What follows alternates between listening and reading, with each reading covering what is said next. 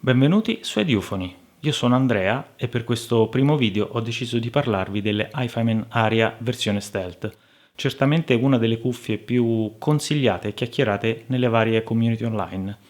Quindi parliamone.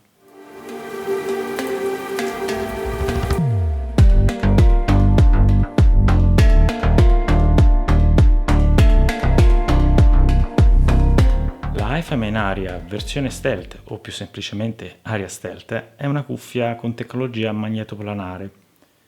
È distribuita in Italia da PlayStereo ed è possibile reperirla anche su Amazon ed il suo costo si aggira attorno ai 1400-1500 euro in base ad eventuali promozioni.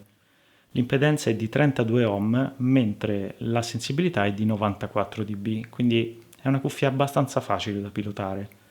Non richiede amplificatori particolarmente potenti, sebbene sia consigliabile utilizzarne uno. A livello di costruzione parliamo di una cuffia sostanzialmente leggera, con un peso appunto di 404 grammi e costruita principalmente in metallo e plastiche di alta qualità. L'archetto è in metallo, i supporti per lo strap, per l'aggiustamento dello strap invece sono in plastica.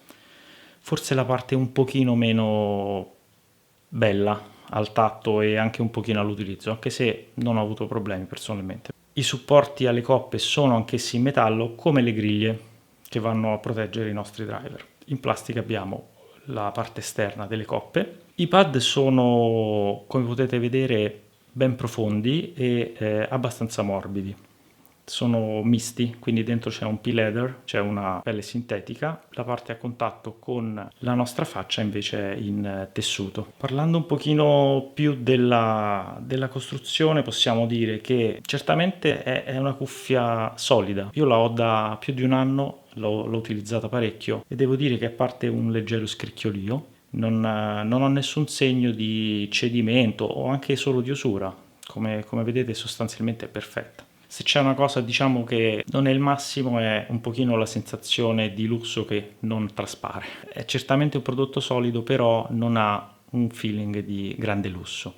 Terminando la parte fisica abbiamo dei connettori da 3.5 esposti, quindi sarà possibile utilizzare sostanzialmente qualunque cavo voi vogliate, sebbene quello fornito in dotazione non è affatto male.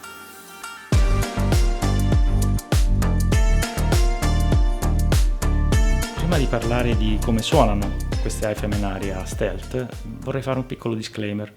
Questa è una cuffia che ho acquistato più di un anno fa con i miei soldi, quindi ciò che dirò in questo video è semplicemente la mia esperienza personale e sono mie opinioni.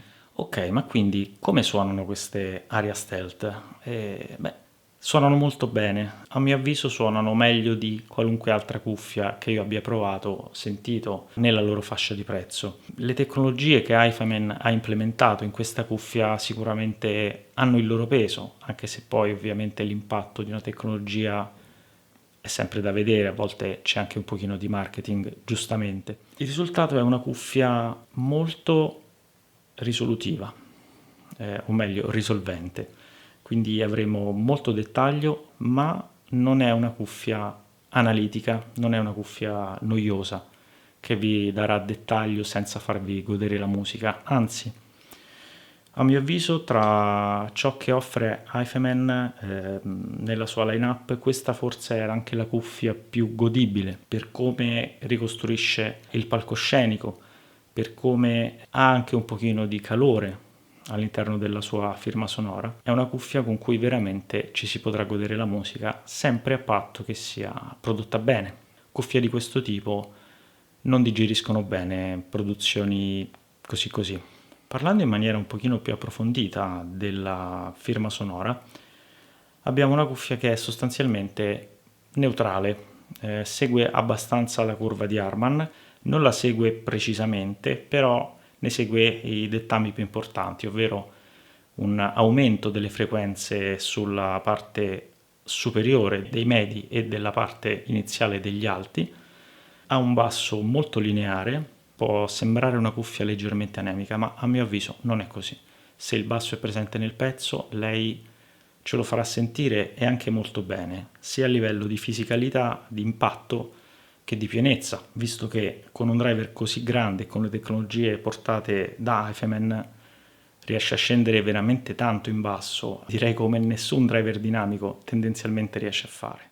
Andando un pochino più in alto nella risposta in frequenza abbiamo degli alti molto presenti. Non c'è mai sibilanza, sono sempre a mio avviso controllati, insomma, cioè non è una cuffia dura in tal senso. Però sono molto presenti, quindi se andate ad ascoltare, non so, il death metal potreste aver bisogno di abbassare un pochino il volume perché gli alti saranno molto presenti. Concludendo quindi il discorso sulla parte sonora, vorrei sottolineare un aspetto che ha questa cuffia, anzi due. Il primo è la capacità di ricostruire un palcoscenico credibile e coerente. Nell'ascolto in cuffia siamo spesso abituati ad avere un ascolto che è nella nostra testa, quindi noi sentiamo il suono che proviene dalla cuffia e lo percepiamo come se fosse dentro la nostra testa, cioè non percepiamo degli strumenti lontani da noi o in un punto preciso dello spazio. Queste cuffie fanno questa cosa qui, cioè ci danno un senso di spazio e piazzano gli strumenti all'interno di questo spazio, non solo destra a sinistra, ma anche in alto e in basso, per esempio. Questo rende la riproduzione molto più credibile. Loro riescono di tanto in tanto ad ingannare il cervello facendoci credere di non star sentendo una cuffia, e questo anche grazie alla capacità di avere un ottimo timbro per gli strumenti acustici. Quindi chitarre, pianoforte, archi, fiati sono credibili. L'altro aspetto che ci tengo a sottolineare per questa cuffia è che fa tutto molto bene, non ha nessuna eccellenza, non c'è nulla che questa fa meglio di qualunque altra cuffia, però è forse l'unica che fa tutto bene. Ci permette di sentire musica classica molto bene, ci permette di sentire jazz molto bene, ci permette di sentire rock molto bene, ci permette di sentire rap, hip hop, quello che volete. Se è prodotto decentemente, con lei sarà bello da sentire. Parlando di amplificazione, DAC e anche equalizzazione, nella mia esperienza le Aria non hanno grande bisogno di potenza. Come tutte le cuffie magnetoplanari ne giovano, ma devo dire suonano comunque dignitosamente, si fanno apprezzare soprattutto anche con soluzioni con compromessi. Non a caso abbiamo questo piccoletto qui. Questo è un piccolo dongle Bluetooth della Hi-Fi Audio, il Go Blue, con tutte le sue limitazioni. È un'accoppiata godibile. Questo per dire quanto HiFiMan abbia lavorato bene su questa cuffia per renderla utilizzabile da tutti effettivamente. Chiaramente riuscendo a collegarla ad una catena buona i risultati ci sono, ma ecco, non avrete bisogno di spendere migliaia di euro in amplificatori DAC e via dicendo. Per concludere questo video ho deciso di inserire nell'equazione le piccole sorelline delle Aria, ovvero le Sundara. È una cuffia dello stesso produttore cinese che si vende attorno ai 300-400 euro. Spesso mi sono chiesto se avesse senso andare oltre alla Sundara, se avesse senso investire così tanti soldi, e la risposta è dipende, perché per molti secondo me con un buon DAC, con un buon amplificatore ci si può tranquillamente fermare qui. Lei vi darà la stragrande maggioranza di ciò che in generale l'alta fedeltà vi può dare. Se però avete la curiosità di capire cosa c'è in più e dove si può arrivare, lei probabilmente vi potrà aiutare. Detto questo, io vi ringrazio per aver visto questo video, vi saluto e alla prossima.